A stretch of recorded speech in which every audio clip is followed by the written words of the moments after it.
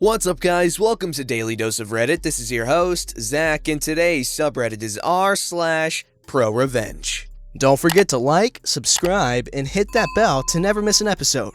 Alright, this story's called The Story on How I Got Promoted to the Director of Sales and Sales Recruitment. I've been with my current employer for many years now. Even though I've quit, I've come back to them. My company also has an incentive. If an employee comes up with a way to do business better or changes something that has a net benefit to the company, they get a percent of the increased profit. Over the years with this company, I have had several major impacts. Well, about a year ago, I was talking to a senior level manager, let's call him Bob, and Bob was telling me about how the company had been having an issue in recruitment and hiring of new talent of our sales division. Now, I had been in sales before and knew of the pitfalls our structure created and why senior reps would excel and junior reps would get crushed, and had a really good idea on our turnover challenges. Then one night, I had an idea on how to change the sales structure of our company, almost entirely, which would still retain our senior reps but also make it easier for younger, more junior reps to find success and stability by a result of reducing turnover. I spent a good amount of time designing this plan before I ever presented it to anyone, since this was Bob's area of expertise. After many revisions and bouncing it around in my head, I called Bob and presented my idea to Bob. Bob liked it a lot. However, he had a few minor tweaks, and he brought up concerns company executives would have. I tweaked the plan and came up with rebuttals to those objections and shared my plan with Bob. I did this several times. I'd say my plan stayed about 90% original. Bob had been with our company for decades at this point, and I've known him for my entire time, so I trusted Bob would be sure to credit me. Considering my name was all over my presentation I sent over to Bob, I expected Bob to share in the love with me, should there be any. I felt like I needed Bob as an ally to make my idea work, which is why I brought him in on my plan. I followed up with Bob, and he basically made it seem like my idea was rejected, that the company was going to keep on doing what it's always done. Okay, fine, whatever, crap happens. It's not the first time my idea has been rejected. Cue a few months later, and our new fiscal year is starting, and our CEO calls everyone to a company-wide meeting. And as I sit down to watch, I witness our CEO praise Bob for coming up with a brilliant new sales structure, strategy, and compensation plan. It is my plan with my name removed. The CEO is gushing over how wonderful this idea is and how he thinks it will benefit us greatly. I'm freaking fuming. Pissed, Bob stole my work, put his name on it, and took credit. He violated my trust and lied to me. He told me the company had rejected the idea, yet here I am watching my company implement my idea. I get on the phone with my vice president and let loose. Now, my VP, let's call him Tim, is a really good guy and I trust him. Tim is taken aback, says that right around the time I presented my plan to Bob, Bob started presenting to senior management and it was almost immediately considered a great idea. In fact, Bob knew the company was considering forcing him into retirement because they felt Bob was holding the company back and the company needed to make a change, and this idea saved Bob's job. Now to give you an overview of how in-depth my plan was. Completely restructured compensation plan. Completely changed how we present ourselves to new potential hires. Completely changed our sales training to be more focused on real-world realities. Refined the sales order process to reduce workload and streamline. Did all that using current infrastructure. Each step included suggestions on how to implement the change. Bob oversaw all of this in his current role. I then asked if I could prove that it was my idea, that I had presented it to Bob, and so forth. Now, Bob and I had discussed this over email and Facebook Messenger and another chat app. I went through our emails, Facebook Messenger, and a chat app, took screenshots, created a PowerPoint, makes it so easy to present ideas, and sent it to my VP. 2 days later, my vice president called and said I needed to go into a conference call with HR, my VP, and the CEO. In that meeting, we discussed the plan I had created, the collaboration I had done with Bob, and my plan to implement it. Not only that I presented the research that I had done, which Bob did not have access to, and justified why my idea was a good idea. The CEO seemed impressed with what I had done and convinced that I was the true creator. I was then asked what I thought had happened, and I straight up accused Bob of stealing my idea and removing my name from it in an attempt to further his career. I was told they would be having a separate meeting with Bob, and after that, they would inform me of any future changes. A week later, my VP called me and asked me if I was offered the chance to implement my idea, would I be willing to do that? This was obviously a promotion, and I said of course. 2 weeks later, I get a call from my VP telling me he's coming to my location to visit me. He also tells me I should make sure I look sharp and presentable. I tried to figure out why he was coming, but he wouldn't say. 2 days later, I come into the office, check my email. Now, all big retirements and resignations are announced company-wide. I see an email stating that Bob has retired. What I found strange is that the retirement date was effective immediately, and that his replacement will be announced shortly. Generally, there is a time period for a takeover to happen, and then the replacement is announced in the email, along with a brief overview of their qualifications. The time for my VP to show up comes, and in walks my VP and the CEO. We go out to lunch, and the CEO says, "OP, I came to visit you because I always think it's best to give people major promotions the news in person. But I'd like to offer you the position of Director of Sales and Sales Recruitment, and put you in charge of implementing your idea." To which I accepted naturally. Then I asked, Is this why Bob, retired? To which the CEO smiled and said, "After talking to you and talking to Bob and discussing it among senior management,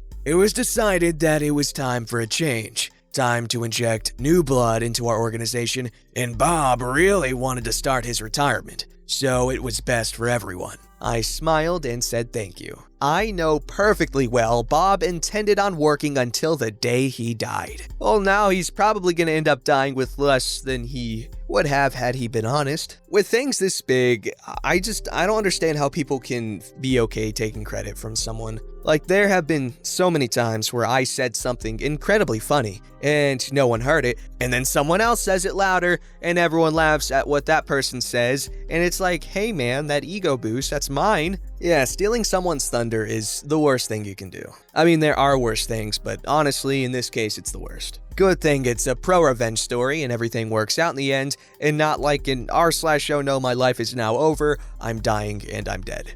This story's called Slumlord Lost His Business Over a $300 Security Deposit. I rented a little house from a man who owned a painting business. The power was off when we came to see the property, but he assured us everything worked, even put it in the contract. The place was dirty and poorly maintained, so we negotiated the security deposit down to $300. Turned out the heat and air didn't work, along with the refrigerator and dishwasher. I asked him to have someone look at them. He cursed me up and down. He called and left threatening voicemails. He would show up unannounced and let himself in. On one of the visits, I showed him that the crawl space was flooded and was a breeding ground for thousands, if not millions, of cockroaches and mosquitoes that would come up through the floor vents. There was absolutely no ductwork, even though he claimed the heat and air worked fine. He accused me of causing the flood myself, even though I showed him the source was a pipe that had rusted through. He refused to address any problems and said, "If you don't like it, then you can move. You can't pay for a bargain and expect to live in the Ritz." This man was a terrible man in general. Once he hired someone off Craigslist to cut down a tree in the rental property's yard. The man worked literally all day for the agreed $150, cut up and hauled off the tree. He came back that evening, just standing in the yard. I asked if I could help him. He said he was waiting for the owner to get paid. The owner kept replying, saying he was on the way, but he never showed up. Our neighbor told us he had punched the previous renter in the face and refused to pay him for a day's work for his company. He had bragged about renting to illegal immigrants and not having to do anything because they wouldn't sue. We had a newborn baby, so we called his bluff and agreed to find a new place to live. We left the home in much better shape than we found it. He said he would mail us a security deposit, but never did. He dodged my phone calls until one day he called to say, "You aren't getting it back. You broke the contract when you left early, so go screw yourself." I was really upset because we were new parents and had very little money. That $300 was a big deal to us and a drop in the bucket for this man. He owned an upscale painting business and had 15 rental properties. The next week, I was online leaving negative reviews for his business when I clicked a link and noticed his website's domain had just lapsed. I knew what I had to do. I immediately bought it, then created a homepage with contact info for his biggest competitor. I emailed him from his old domain, asking him if he wanted to buy the website for $320, the cost of the security deposit plus the price I paid for the domain. He was irate. He started calling my work, threatening to sue my employer. He even contacted my parents and threatened to sue them. He left a bunch of threatening voicemails for me, saying he was going to beat me up and he knows where I live and he has my social security number. I received emails from several review sites asking if I was trying to update the contact info for the business. He must have used his old domain's email as his contact email. I didn't want to get in trouble for impersonating his business, so I did not respond. The contact info was never changed. I received a few emails from potential clients. I called him and told him about the painting job requests. I gave him the contact info for one of the clients to prove I wasn't just making it up. I told him it was the last time I was going to do that for him and suggested he buy the website back in order to not miss out on any other jobs. He told me he was taking me to court. I told him I recorded his threatening phone calls and saved all his texts and voicemails. He said he was going to sue me for illegally recording him, not illegal in my state. I said, I look forward to seeing you in court where I countersue and press charges for harassing me. And I hung up. He called back and cussed me out for hanging up on him. I said, call me back when you can speak respectfully to me, and hung up again. We repeated this about 5 times. Each time he was more angry until the last time. He spoke respectfully and explained he hadn't gotten a single job in months. I suggested he focus more on creating a website to find business. He lost it and cussed me out again. 6 months passed and he still hadn't bought the website for me. I get a call from him begging me to do the right thing and give him the website back. I told him the current price was $350. 6 months later, I get another phone call. I told him the current price is $380. Eventually, he texted me to say, I went out of business. I hope you're happy. I responded, I hear having a website really helps your business. $380 and it's yours. He told me what a terrible person I am and said, karma's a bimbo. I responded, maybe if you stopped trying to rip people off, your karma wouldn't be so bad. That was the last time I ever heard from him. The major business listing sites confirmed his business did indeed close. I renewed the domain for another 2 years just in case he was bluffing. Another few months later, I drove by his office to see it was still there. It was empty with a "For Rent" sign posted. I never got that $300 back and spent money on domain registrations, but it was totally worth it. Edits: I removed pricing and domain renewal timeline because I was estimating it was bothering people. It was in 2013 through GoDaddy. But if it really matters to you, I can send screenshots of verifying emails, company info, and the domain address. Just message me because I can't post it here. It would break the rules of not giving out personal info. He has the receipts! That was a good story. Landlord definitely not a good person. That rental property sounds like it was absolute hell to live in. You gotta appreciate how kind the OP here was being towards the landlord, honestly. Yeah, sure, I mean, he sniped the domain from him, but still, he deserved it. All he was trying to do was break even. He was not trying to profit from this. You have no idea how big domain flipping is, and once you get into it, there's people making like $20K a month from doing it. So if you know what you're doing, you can really turn a big profit on some of these domains. Alright, this story's called, I Froze My Psycho Neighbor Out of Her Apartment. In college, my 2 friends and I decided to find a place together off campus. We found a beautiful 3-bedroom house with surprisingly affordable rent. The basement of the house was listed as a separate apartment, but as it had a separate entrance and the indoor stairwell had been blocked off, we weren't worried, and the thermostat was upstairs. Then the demon neighbor moved in. From upstairs, we could hear everything. This adult woman would call her mother and scream at her to pay for her cell phone bills and give her grocery money, aka Taco Bell and cheap tequila. She would scream at whatever guy she was sleeping with to bring her meth, and one day she brought home 3 puppies to scream at too. We were terrified of this woman, and the noise was hell. Also, we'd been idiotic enough to sign a lease stating we were responsible for all utilities, period. Meaning, we were now financing her gas, water, and electric. But with only 2 months left on the lease, we thought we could just ride it out. But then she started smoking.